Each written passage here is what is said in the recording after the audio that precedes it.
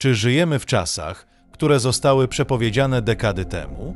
Czy wizje jasnowidzów, takich jak Alois Irlmajer i ojciec Czesław Klimuszko, powoli stają się rzeczywistością? A może to tylko zbieg okoliczności, który przerażająco przypomina to, co dzieje się dziś wokół nas? Alois Irlmajer, niemiecki jasnowic, znany jako widzący z Freilassing, przepowiedział wybuch wielkiego konfliktu, który zacznie się niespodziewanie. Mówił, że wojna wybuchnie od Bałkanów, gdzie gniew i prowokacja rozpalą płomień. To właśnie tam, jak zauważamy, historia już pokazała swój cień. Albania, Serbia, Kosowo. Napięcia, które tylko czekają na iskrę. Wizjoner widział armię ze wschodu, czarną armię, która wtargnie przez Austrię i Bawarię do Niemiec, wywołując szok i chaos.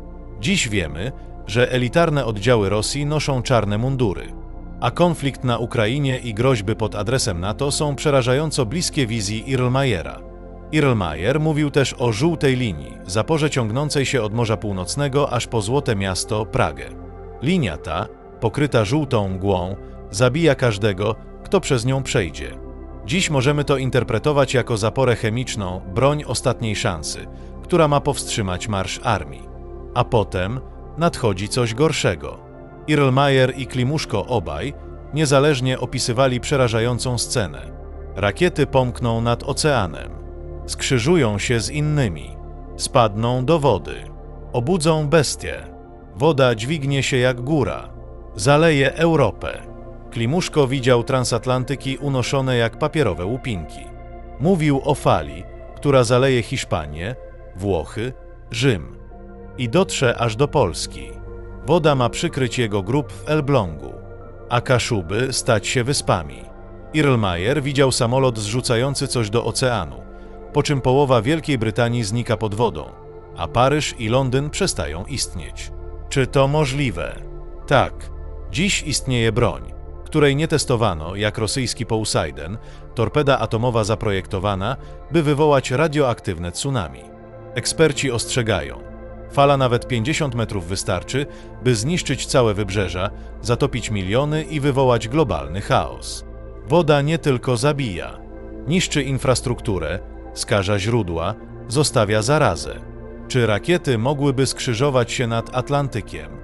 Czy systemy obrony zestrzeliwujące rakiety w locie mogłyby sprowadzić głowice do oceanu? Czy w desperacji jedna ze stron mogłaby wywołać nowy potop?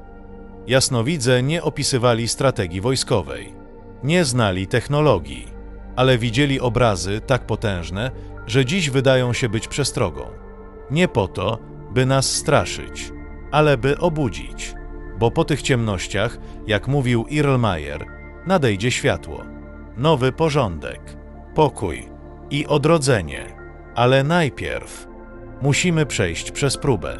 Pytanie tylko, czy to już się zaczęło?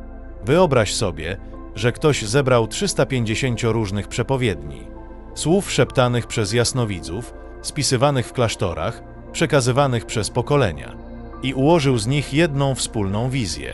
To nie jest science fiction, to nie mitologia, to ostrzeżenie. Europa upada. Najpierw przychodzi zima, długa, ciemna, głodna. We Francji i Włoszech dochodzi do protestów, które szybko przeradzają się w wojny domowe. Papież, zagrożony, ucieka z Rzymu. Latem, z zaskoczenia, armia rosyjska przekracza granice Europy. 3 klejni, 3 fronty. NATO nie jest gotowe. Chaos. Ale pojawia się nowa broń. Tajemnicza, trująca linia żółty pas, który rozciąga się od Morza Północnego po czeską Pragę. Gdy wjeżdżają w nią rosyjskie czołgi, żołnierze giną natychmiast. Rosja traci kontrolę. Chiny łamią pakt i atakują Syberię. Wtedy, w akcie desperacji, ktoś odpala broń ostatniej szansy. Nie wiadomo, czy to bomba wodorowa, czy coś spoza tej planety. Na niebie pojawia się coś jaśniejszego niż słońce. Wielkości księżyca. Przecina niebo ze wschodu na zachód. Potem huk. Wybuch. Woda się podnosi. Fala. Fala wyższa niż katedra. Nadciąga. Pochłania Londyn. Zmywa Paryż. Uderza w północne Niemcy. Anglia znika z mapy. Bałtyk się podnosi. Klimuszko mówił, jego grób będzie pod wodą. To nie koniec. To początek. Po ciszy przychodzi światło. Ludzie odnajdują się w nowej przestrzeni. Żyją bliżej natury. Bez tyranii pieniądza. Bez masek polityków. Polska zostaje najmniej zniszczona. Jakby chroniona niewidzialną ręką. Czy to tylko bajka? Czy może ostrzeżenie, które zdążyliśmy usłyszeć? Jeszcze nie jest za późno. Dziękuję Ci z całego serca, że obejrzałeś ten film i poświęciłeś swój czas. Jeśli ta historia była dla Ciebie wartościowa lub wniosła coś wyjątkowego, pomóż jej dotrzeć do innych, kliknij łapkę w górę, zostaw komentarz i zasubskrybuj mój kanał. Twoje wsparcie naprawdę ma znaczenie i pozwala mi tworzyć kolejne filmy. Do zobaczenia w następnych materiałach.